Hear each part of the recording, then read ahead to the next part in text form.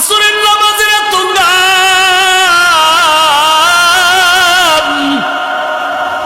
আমি প্রায় সময় ঘটনাটা বলি। ওই ভারতের জমিনে ওলিয়ে কামেল, যার নামে আজও দিল্লি শহরের মধ্যে দাঁড়িয়ে আছে কুতুব মিনার, ওই কুতুবউদ্দিন মুখতিয়ার কাকি রহমাতুল্লাহ আলাইহি জবরদস্ত একজন ওলিয়ে কামেল কুতুবুল আলম।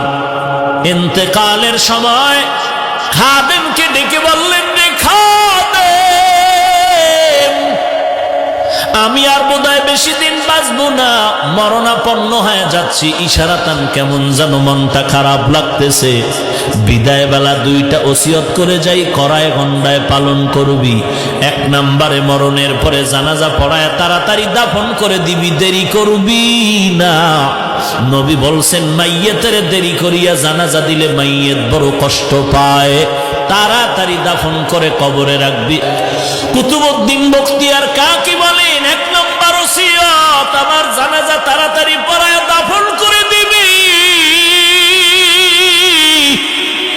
দুই নম্বর ওসিয়ত, আমার লাশটা যখন ময়দানে যাবে হাজার হাজার ভারতের আলেম ওলামা আসবেন, তবে যে কোনো আলেম যেন আমি কুতুবউদ্দিনের জানাজার ইমামতি না করে। তুই আমি ঘোষণা দিলাম, এমন কিছু গুণের কথা বলবো, এই গুণওয়ালা মানুষ যদি থাকে জানাজা পড়াবে। কমপক্ষে 4টা গুণের কথা বলে দিলেন। খাদেম, আমার লাশটা ময়দানে রেডি করে 4টা গুণের কথা বলে দিবি। ওই ময়দান থেকে 4 গুণওয়ালা ব্যক্তি যদি থাকে, সে জানাজার ইমামতি করবে। এই 4 গুণওয়ালা যে থাকবে না, সে যেন আমার জানাজা না পড়ায়। আল্লাহর ওলি কুতুবউদ্দিন বখতিয়ার কাকির ইন্তেকাল হয়ে গেল। খাদেম ময়দানে লাশ হাজির করে, মাইয়াতকে হাজির করে এলান করে দিলেন, 1 নম্বর ওসিয়ত, জানাজা পড়ায় তাড়াতাড়ি কবরে রাখতে হবে, বিলম্ব করা যাবে না নবীজির হাদিসের কথা মতে। 2 নম্বর ওসিয়ত, ওই এলাকার মুসলমান জনগণ, জনসমুদ্র ভালো করে শুনে নাও। কুতুবউদ্দিন বখতিয়ার কাকি বলেছেন, জানাজা তাড়াতাড়ি পড়াবার জন্য, তবে সাবধান, যে কোনো আলেম সামনে এগিয়ে আসবেন না। ওই ব্যক্তিকে আসার জন্যই অনুরোধ জানানো হয়েছে, যার মধ্যে 4টা গুণ থাকবে।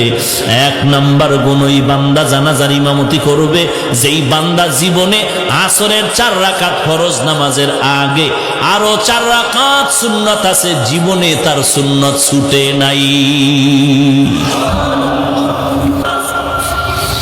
খাদেম চিল্লায় কইরে আলেম ওলামার দল। 1 নম্বর গুণ হইল, জিন্দেগিতে আসরের নামাজের 4 রাকাত ফরজের আগে 4 রাকাত সুন্নাত যার ছুটে নাই। 2 নম্বর গুণ, জীবনে বান্দা জবান দিয়া কোনদিন মিথ্যা কথা বলে নাই। 3 নাম্বার, জীবনে কোনদিন 2 চোখ দিয়া বেগানার দিকে নজর করে নাই। 4 নাম্বার গুণ হলো, জিন্দেগিতে কোনদিন তাহাজ্জুদের নামাজ কাজা করে নাই। 1টা আর 2টা না, কঠিন 4টা গুণের কথা বলার পরে ময়দান থেমে গেল। কার আছে এই গুণ? খাদেম চিল্লায় কয়, দেরি কেন, দেরি কেন, তাড়াতাড়ি আও। অবশ্যই তো 4 গুণওয়ালা বান্দা এখানে আছে, না হয় কুতুবউদ্দিন বলে যাইতেন না। কেন দেরি করেন, তাড়াতাড়ি জানাজা পড়ায়া দেন। এই কথা বলার পরে হঠাৎ করে ময়দানের পেছন থেকে একটা চিৎকারের আওয়াজ আসলো। পেছন দিক দিয়ে একজনে ডাক দিয়ে কয়, একটু রাস্তা করে দে, কুতুবউদ্দিনের কাছে যাওয়ার মতো একটু রাস্তা বানায় দাও। সকলের নজর কেড়ে নিল, ওই বান্দা রাস্তা করে দিল। সবাই ভাগ্য নির্ণয় করে, কপাল এত ভালো কার। তাকায় দেখতেছে, চিৎকার মেরে মেরে দৌড়ায় সামনে আসলো। সামনে এসে চিল্লায় করে, কুতুবউদ্দিন কি সর্বনাশ না করেছ? আমার এই 4 গুণের খবর আমার স্ত্রীও জানে না।